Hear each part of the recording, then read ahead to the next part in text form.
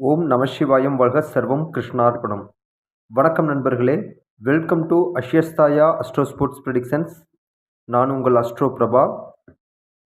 India versus South Africa second ODI match நம்ம சொன்ன predictions வந்து ஓரளவுக்கு பர்ஃபெக்டாக வந்துச்சு. பட் ட்ரீம் டீமில் வந்து அதிகமாக நபர்கள் வரல. அதில் சொல்லியிருந்த முக்கியமான 4 பேர் கேப்டன் அவங்க எல்லாமே ஓரளவுக்கு நல்லா பண்ணியிருந்தாங்க. அதே மாதிரி நம்ம சொன்ன ஆருடம்ங்கிறதும் ஓரளவுக்கு பெர்ஃபெக்டாக வந்துருந்துச்சுங்க. பட் வந்து டாஸ் வந்து இந்தியா பண்ணணும்னு சொன்னோம். நம்ம வந்து டாஸ் பண்ணுறதுங்கிறது வந்து நம்ம ஒரு ஒரு ஐடென்டிஃபை தான் பண்ணுறோமே தவிர, அது வந்து ப்ரிடிக்ஷன்ஸ் கிடையாது. ஸோ டாஸ் யார் வேணால் வின் பண்ணலாம். பட் யார் ஃபர்ஸ்ட் பேட்டிங், செகண்ட் பேட்டிங் அப்படிங்கிறது மட்டும்தான் நம்மளுடைய ப்ரிடிக்ஷன்ஸ். சரிங்களா? அப்படி பார்க்கும்பொழுது ஆருடத்தில் நம்ம சொன்ன 10 பாயிண்டில் ஏறக்குறைய ஒரு 6 to 7 பாயிண்ட் கிட்ட கரெக்டாக வந்துருந்துச்சு. சவுத் ஆஃப்ரிக்கா சேசிங் வின் அப்படின்னு சொன்னோம். அதே மாதிரி 200 to 300 ரன்ஸ் டார்கெட் வைப்பாங்கன்னு சொன்னோம். அதே மாதிரி வந்து இருந்தாங்க. அதே மாதிரி வந்து பார்த்தீங்க அப்படின்னா, சவுத் ஆஃப்ரிக்கா பவுலர் வந்து ஒருத்தர் 5+ விக்கெட்ஸ் எடுக்க வாய்ப்பு இருக்குன்னோம். பட் வந்து பர்கர் அவர் வந்து ஒரு 3+ விக்கெட்ஸ் எடுத்திருந்தாரு. அதே மாதிரி வந்து பார்த்தீங்க அப்படின்னா, சவுத் ஆஃப்ரிக்கா ஒன் சைடாக மேட்சை வின் பண்ணணும்னு சொன்னோம். ஸோ அதே மாதிரி தான் வின் பண்ணியிருந்தாங்க. மொத்தத்தில வந்து இது வந்து பவுலர்ஸ் அண்ட் ஆல்ரவுண்டர் டாமினேட் மேட்சா இருக்கும்னு சொன்னோம். பட் வந்து பவுலர்ஸ் டாமினேட் மேட்சா ஏறக்குறைய இருந்துச்சு.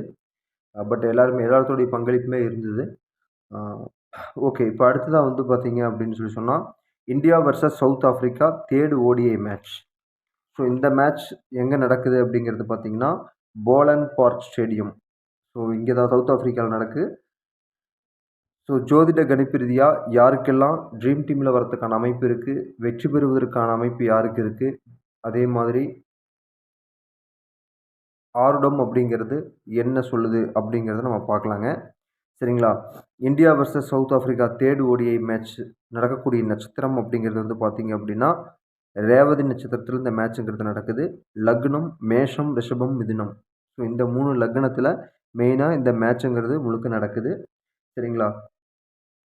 ஸோ இந்த மேட்ச் கூடிய ட்ரீம் டீமில் இருக்கக்கூடிய பிளேயர்ஸ் யாராருன்னு பார்த்தீங்க அப்படின்னா, கேஎல் ராகுல், டேவிட் மில்லர், ஆர்விண்டர் டியூஷன், Rinku Singh, Ruturaj Gaikwad, Sai Sudharsan, Aiden Markram, W Mulder, Keshav Maharaj, A Khan and Arshdeep Singh. So இந்த ஒரு 11 பேருக்கு கொஞ்சம் ஓரளவுக்கு நல்லா இருக்குது. கண்டிப்பாக ட்ரீம் டீமில் வரதுக்கான அமைப்பு இருக்குங்க. அதே மாதிரி ஆப்ஷனல் பிளேயர்ஸ். ஸோ போன இதில் நம்ம சொல்லக்கூடிய 2 ஆப்ஷனல் பிளேயர்ஸுமே ட்ரீம் டீமில் வந்திருந்தாங்க. ஸோ ஆப்ஷனலாக யாருக்கெல்லாம் கொஞ்சம் நல்லா இருக்குது அப்படின்னு பார்த்தீங்க அப்படின்னா, Phehlukwayo, H Klaasen, Sanju Samson. So இந்த ஒரு 3 பேர்த்துக்கு வந்து அப்புறம் மல்டர், டபிள்யூ மல்டர். இந்த ஒரு 4 பேருக்கு வந்து பார்த்தீங்க அப்படின்னா, டபிள்யூ மல்டர் வந்து மெயின் டீம்லேயே வந்துட்டார். So Phehlukwayo, H Klaasen, Sanju Samson. So இந்த ஒரு 3 பேருக்கு ஆப்ஷனலாக ஓரளவுக்கு நல்லா இருக்குங்க.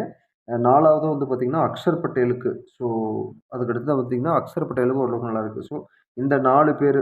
ஸோ திடீர்னு ஃபைனல் அப்படிங்கிறனால சம் சேஞ்சஸ் கொண்டு வரதுக்கான வாய்ப்புகளும் இருக்குது. ஸோ அதுக்கேற்ற மாதிரி பார்த்துக்கோங்க. Phehlukwayo, H Klaasen, Sanju Samson and Axar Patel. So இந்த ஒரு 4 பேரும் வந்து ஆப்ஷனல் பிளேயர்ஸாக வராங்க. ஸோ நம்ம சொல்லக்கூடிய 11 பேர் கேஎல் ராகுல், டேவிட் மில்லர், ஆர்விண்டர் டியூஷன், Rinku Singh, Ruturaj Gaikwad, Sai Sudharsan, Aiden Markram, W Mulder, Keshav Maharaj, A Khan and Arshdeep Singh. So இந்த ஒரு 11 பேரில் யாருக்கெல்லாம் கேப்டன், வைஸ் கேப்டன் ரேஞ்சுக்கு வரதுக்கான அமைப்பு இருக்குது அப்படின்னு பார்த்தீங்க அப்படின்னா, கேஎல் ராகுல், Rinku Singh, Aiden Markram and Keshav Maharaj. So இந்த ஒரு 4 பேருக்கு வந்து பார்த்தீங்கன்னா, கேப்டன், வைஸ் கேப்டன் ரேஞ்சுக்கு வரதுக்கான ஒரு அமைப்பு இருக்குது. சரிங்களா? ஸோ மேட்ச் யார் வின் பண்ணுவாங்க அப்படின்னு பார்த்தீங்க அப்படின்னா, இந்த மேட்ச் முழுக்கவே ஒரு 50-50 மேட்ச்சுங்க. சரிங்களா? ஒரு லாஸ்ட் ஓவரில் மேட்ச்சு என்ன சொல்கிறதுனா முடிவாகும் அப்படிங்கிற மாதிரி இருக்குது. சரிங்களா? ஏறக்குறைய 50-50 மேட்ச். இந்த மேட்ச்சுங்கிறது வந்து மேக்ஸிமம் ஒரு ஒரு 10% 90லேருந்து ஒரு 10%ல இந்தியா டாமினேட் பண்ணி வின் பண்ணுறதுக்கான அமைப்பு இருக்குங்க. ஸோ வின்னிங் ப்ரெடிக்ஷன்ஸ் வந்து இந்தியா வின் பண்ணுறதுக்கான அமைப்பு இருக்குது. ஆருடம் அப்படிங்கிறது எப்படி வந்திருக்கு அப்படின்னு கேட்டிங்கன்னா, இந்தியா சேசிங் பண்ணி வின் பண்ணுறதுக்கான அமைப்பு இருக்குது. ஏறக்குறைய 50-50 மேட்ச். டார்கெட் வந்து பார்த்தீங்க அப்படின்னா 300 to 350 ரன்ஸ் வரதுக்கான அமைப்பு இருக்குது. ஸோ இந்த மேட்ச்ங்கிறது வந்து பார்த்தீங்க அப்படின்னா, பேட்ஸ்மேன், பவுலர், ஆல்ரவுண்டர் எல்லாருமே வந்து டாமினேட் பண்ணக்கூடிய அளவுக்கு இந்த மேட்ச் இருக்கும் அப்படின்ற அளவுக்கு வந்திருக்கு. அதே மாரி இம்பார்ட்டன்ட் பிளேயர்ஸ் வந்து டக் அவுட் ஆகறதுக்கான அமைப்பும் இருக்கு. அதே மாரி 2 பிளேயர்ஸ் வந்து 150 பிளஸ் ரன்ஸ் பார்ட்னர்ஷிப் அது ஓப்பனிங் பார்ட்னர்ஷிப்பா இருக்கலாம். இல்ல வந்து ஒன் டவுன் பார்ட்னர்ஷிப்பா இருக்கலாம். பட் வந்து இந்தியாவா இருக்கலாம், இல்ல சவுத் ஆஃப்ரிக்காவா இருக்கலாம். 2 பேத்துக்குமே ஓரளவு ஸ்கோர் பண்ற மாரி இருக்கிறனால, ஆ ஸோ மொத்தத்துல வந்து 150 பிளஸ் ரன்ஸ் பார்ட்னர்ஷிப் போடக்கூடிய அளவுக்கு 2 பிளேயர் சேர்ந்து பண்ற அளவுக்கு அமைப்பு இருக்குங்க. சரிங்களா? அதே மாரி வந்து பார்த்தீங்க அப்டின்னா, ஆ ஃபர்ஸ்ட் ஹாஃப் வந்து ஒரு சவுத் ஆஃப்ரிக்கா ஃபுல்லா டாமினேட் பண்ணிட்டு, கடைசி நேரத்தில வந்து இந்தியா போய் டாமினேட் பண்ணும். இல்ல இந்தியா டாமினேட் பண்ணிட்டு, கடைசி நேரத்தில சவுத் ஆஃப்ரிக்கா டாமினேட் பண்ணும். ஸோ இந்த மாரி வந்து ஒரு குறிப்பிட்ட நேர அளவுக்கு ஒருத்தருடைய டாமினேஷனும், அதுக்கப்புறம் வந்து பார்த்தீங்கன்னா, அதுக்கப்புறம் அப்படியே இந்தியா டாமினேட் பண்ணி ஜெயிக்கிறதுக்கான வாய்ப்புகள் இருக்கு. ஸோ இதுதான் ஆரோட மெயினா சொல்லுதுங்க. அதே மாரி வந்து ஒரு இம்பார்ட்டன்ட் கேட்ச் மிஸ் பண்ணதுனால மேட்ச விட்டுட்டோம் அப்படின்ற அளவுக்கான சில சம்பவங்கள் நடக்கிறதுக்கான வாய்ப்புகள் இருக்குதுங்க. சரிங்களா? அதே மாரி ஒரு இம்பார்ட்டன்ட் அந்த பிளேயர் வந்து ஒரு 100 ரன்ஸ் அடிக்கிறதுக்கான அமைப்புகள் கூட இருக்கு. சரிங்களா? ஏறக்குறைய ஒரு சவுத் ஆஃப்ரிக்கா டீம்லயும் சரி, இந்தியா டீம்லயும் சரி, ஒரு 2 பேர் வந்து ஒரு 100 பிளஸ் அடிக்கிறதுக்கான அமைப்பும் இருக்கு அப்படின்ற அளவுக்கு ஆர்டம் வந்திருக்கு. அதே மாரி வந்து பார்த்தீங்கன்னா, ரொம்ப 50, 50 பிளஸ் இந்த மேட்ச்ங்கிறனால, அ க்ளோஸ் டூ த மேட்ச் அப்படிங்கிறனால ஒரு சூப்பர் ஓவர் அந்த மாரி சில சம்பவங்கள் நடக்கிறதுக்கு கூட வாய்ப்புகள் இருக்கு. அப்படிங்கிற அளவுக்கு ஆர்டம் இருக்கு. அதே மாரி வந்து பார்த்தீங்க அப்படின்னா, ஒரு 2 பிளேயர்ஸ்க்குள்ள ஒரு சின்ன ஒரு மனஸ்தாபம், ஒரு சின்ன ஒரு ஃபைட்டு, அதனால ஒரு 2 நிமிஷம், 3 நிமிஷம் தாமதம். ஸோ இந்த மாரி சில விஷயங்கள் வந்து நடக்கிறதுக்கான வாய்ப்புகள் இருக்குங்க. ஆ ஸோ ஏறக்குறைய வந்து பார்த்தீங்க அப்படின்னா, ஒரு 50, 50 மேட்சா இருந்தாலுமே, அதுல ஒரு சின்ன பாயிண்ட் வித்தியாசத்தில இந்திய அணி சேசிங் பண்ணி வெற்றி பெறுவதற்கான வாய்ப்புகள் இருக்கு நண்பர்களே. ஆ அதே மாரி நம்ம வந்து பிக் பேஷ் லீக்குக்கு வந்து நம்ம வந்து வின்னிங் பிடிஷன்ஸ் குடுத்துட்டுருக்கோம். நம்ம டெலிகிராம் சேனல்ல.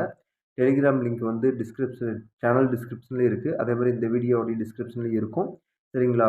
ஆ பிக் பேஷ் லீக்குக்கு வின்னிங் பிடிஷன்ஸ் வேணும்னு நினைக்கிறீங்க, இல்ல சில டைம் வந்து நாங்க ட்ரீம் டீமும் அதில நம்ம குடுப்போம்.